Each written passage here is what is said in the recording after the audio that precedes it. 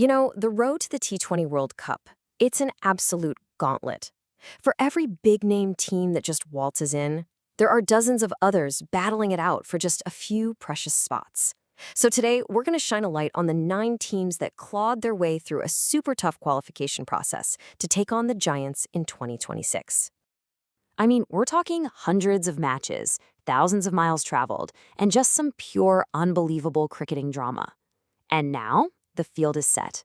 So the big question is, who are these new challengers ready to shake things up? Well, let's kick off our world tour and meet them.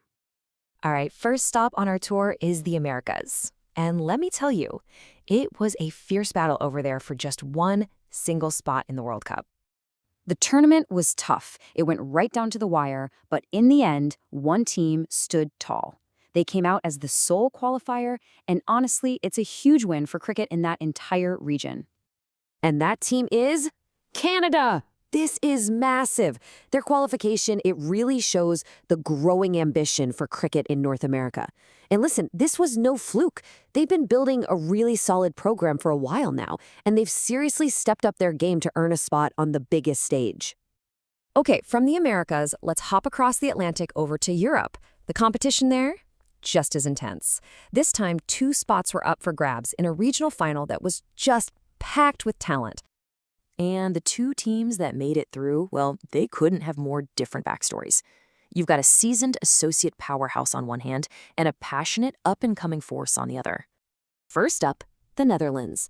Now, if you follow associate cricket, these guys are a familiar and, frankly, a formidable force. They bring so much experience and, let's not forget, a history of causing some major upsets.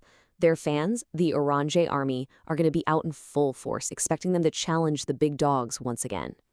And joining them, get this, Italy. What a fantastic achievement for a country we all know and love for its football, right? The Azzurri are bringing that signature Italian passion to the 2020 world stage. This is a massive moment for cricket in Italy, and a real sign that this team is making some serious waves in Europe. Our world tour continues, and now we head to the vibrant continent of Africa. This is a region with such a deep, historic love for the game. And here, 2 absolute powerhouses really stamped their authority to lock in their spots for 2026. So, punching their tickets from that tough Africa qualifier are 2 nations with some incredible talent. You've got the established cricketing force of Zimbabwe and their fast-rising neighbors, Namibia. Let's talk about Zimbabwe first. This is a team with a rich and, complex cricketing history, and they have some of the most passionate fans you will ever see. They've definitely had some challenging years, so seeing them back on the main stage, it's just a fantastic sight for cricket globally. It's a real testament to their resilience. And then you've got Namibia. Honestly, their rise in the last few years has been nothing short of spectacular. They've gone from being seen as underdogs to now being serious competitors. By qualifying again, they've absolutely cemented their place at the top table of T20 cricket. All right, for our final regional stop, we're heading east to the combined Asia and East Asia Pacific qualifiers. This region is just known for its incredible passion for cricket, and it actually produced the largest group of new challengers. 3 teams made the cut here. So 3 very different teams came out of this region, and each one has its own unique story. What it really shows you is the incredible depth of talent and just the sheer passion for cricket that's exploding in this part of the world. So, let's meet them. First up, Nepal. Look, if you know anything about cricket in Nepal, you know about their fans.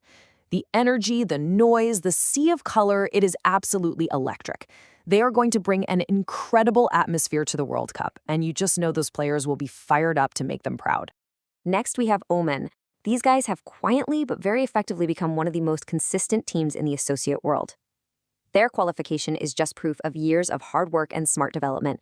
They really made themselves a regular fixture in these big T20 tournaments. And rounding out this trio is the UAE, a team that's been a central part of the whole T20 scene for years, right? Both as hosts and as competitors. They navigated those tricky qualifiers, and now they're back in the main event, which is exactly where they feel they belong. So that's 8 teams who fought their way through the regional tournaments. But wait, there was one final spot left.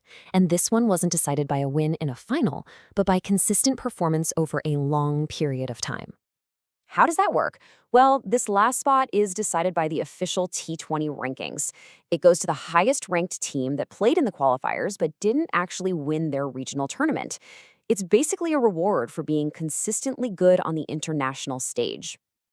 And that final much coveted spot goes to Scotland, a team we all know for its incredible fighting spirit and its knack for punching way above its weight. Their strong ranking was their ticket to the big dance, and it just goes to show you every single international match you play matters on that long road to the World Cup. Okay, so let's do a quick recap of the 9 teams who punched their ticket. From the Americas all the way to Asia, stopping off in Europe and Africa, this is a truly global group of challengers. You've got returning powerhouses, exciting newcomers, and you better believe they are all ready to make their mark. And all of this brings us to the most exciting question, doesn't it? When you look at this list of hungry, determined teams, who do you think has the best shot at being a giant killer? Who's going to be the team to deliver that one unforgettable upset that really defines a World Cup? I guess we'll just have to wait and see.